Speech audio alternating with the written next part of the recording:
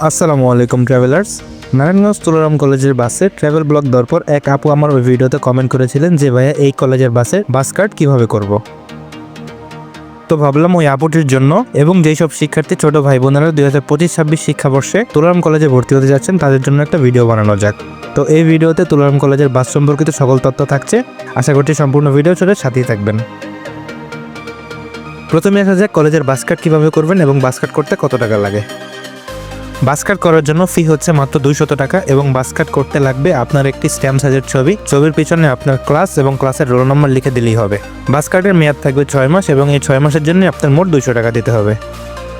এবং এই যে 200 টাকা আছে, এই 200 টাকাটি সব রুটের শিক্ষার্থীদের জন্য, মানে এমন নয় যে যারা চিটাঙ্গড় থেকে আসবে তাদের জন্য 200 টাকা এবং যারা মদনপুর থেকে আসবে বা আরও দূর থেকে আসবে তাদের জন্য আরও বেশি টাকা। বিষয়টা একদম এরকম নয়, যারা চিটাঙ্গড়, সাইনবোর্ড, মৌচাক, সানারপাড় আপনি যেখান থেকে ওঠেন না কেন আপনার জন্য 200 টাকা প্রযোজ্য। আপনি যখন বাস কার্ড জমা দিবেন তখন আপনাকে একটি রিসিপ্ট দেওয়া হবে এবং বাস কার্ড না আসা পর্যন্ত আপনি এই রিসিপ্টটি দিয়ে বাসে চলাচল করতে পারবেন। বাস কার্ড আসতে সাধারণত 10 থেকে 15 দিন সময় লাগে, তবে মাঝে মাঝে এর থেকেও বেশি সময় লাগতে পারে। আমি নিজে আমার বাস কার্ড 28 দিন পর হাতে পেয়েছি, তবে এর আগ পর্যন্ত আমি ওই রিসিপ্টটি দিয়ে বাসে চলাচল করেছি। আপনাকে যে কার্ডটি দেওয়া হবে সেই কার্ডটি ব্যবহার করে আপনি 2টি বাসে যে কোনো একটিতে যাতায়াত করতে পারবেন। মানে অনেক কলেজে আমি দেখেছি যে একটি বাসের শিক্ষার্থীরা অন্য বাসে উঠতে পারে না বা উঠতে দেওয়া হয় না, তবে আমাদের কলেজে একদমই এমন নয়। আপনি এই কার্ডটি ব্যবহার করে গৌরব এবং অর্জন যে 2টি বাস রয়েছে সেই 2টি বাসের যে কোনো একটিতে উঠে যাতায়াত করতে পারবেন। এবার আসা যাক বাসের টাইম শিডিউল এবং বাসে ওঠার জন্য আপনাকে কোথায় কোথায় দাঁড়াতে হবে।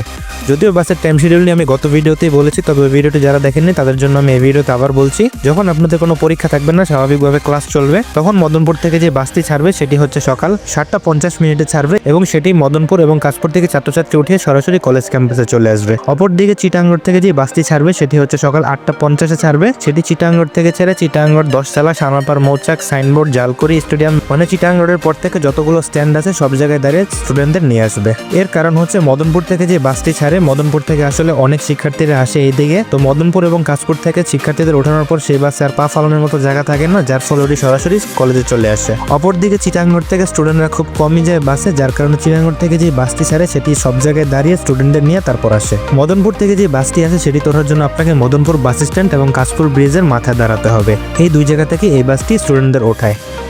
অপরদিকে চিটাঙ্গড় থেকে যে বাসটি ছাড়ে সেটিতে ওঠার জন্য আপনাকে চিটাঙ্গড় বন্ধু কাউন্টারের পিছনে দাঁড়াতে হবে। চিটাঙ্গড় থেকে ছেড়ে এটি 10তলা এসে স্টুডেন্টদের ওঠে, আপনি চাইলে 10তলা থেকে এই বাসটিতে উঠতে পারবেন। তারপর এটি সরাসরি মৌচাক চলে আসে। মৌচাক আসার পর মৌচাক বাস স্ট্যান্ডের একটু সামনে দাঁড়ালেই হবে, আপনি এখান থেকে উঠতে পারবেন। সানারপাড়ও হচ্ছে সেম, সানারপাড় বাস স্ট্যান্ডের একটু সামনে দাঁড়ালেই হবে, সেখান থেকে আপনাকে বাস উঠিয়ে নেবে। সানারপাড় থেকে ছেড়ে বাসটি সাইনবোর্ড চলে আসে। সাইনবোর্ড যে মোড়টা রয়েছে বা বন্ধু কাউন্টার যেখানে আছে সেখানে দাঁড়ালে আপনি বাসটিতে উঠতে পারবেন। সাইনবোর্ডের পর সরাসরি পাসপোর্ট অফিসে চলে আসে। পাসপোর্ট অফিস যে রয়েছে অফিসটির সামনে দাঁড়ালে আপনি বাসটিতে উঠতে পারবেন। তারপর বাসটি আর কোথাও দাঁড়ায় না, সরাসরি জালকুড়ি চলে আসে। জালকুড়ি যে ব্রিজটি রয়েছে সেই ব্রিজটির পরে দাঁড়ালে আপনি বাসটিতে উঠতে পারবেন। জালকুড়ি পার হওয়ার পর বাসটি সরাসরি কলেজ ক্যাম্পাসে চলে আসে। অতএব বাসটি ধরার পর মদনপুর থেকে আসতে চাইলে মদনপুর এবং কাশপুর এই দুই জায়গায় দাঁড়াতে হবে এবং চিটাঙ্গড়ের বাসটি তোলার জন্য আপনাকে যে জায়গা বললাম সেই জায়গায় দাঁড়ালে আপনি বাসটিতে উঠতে পারবেন।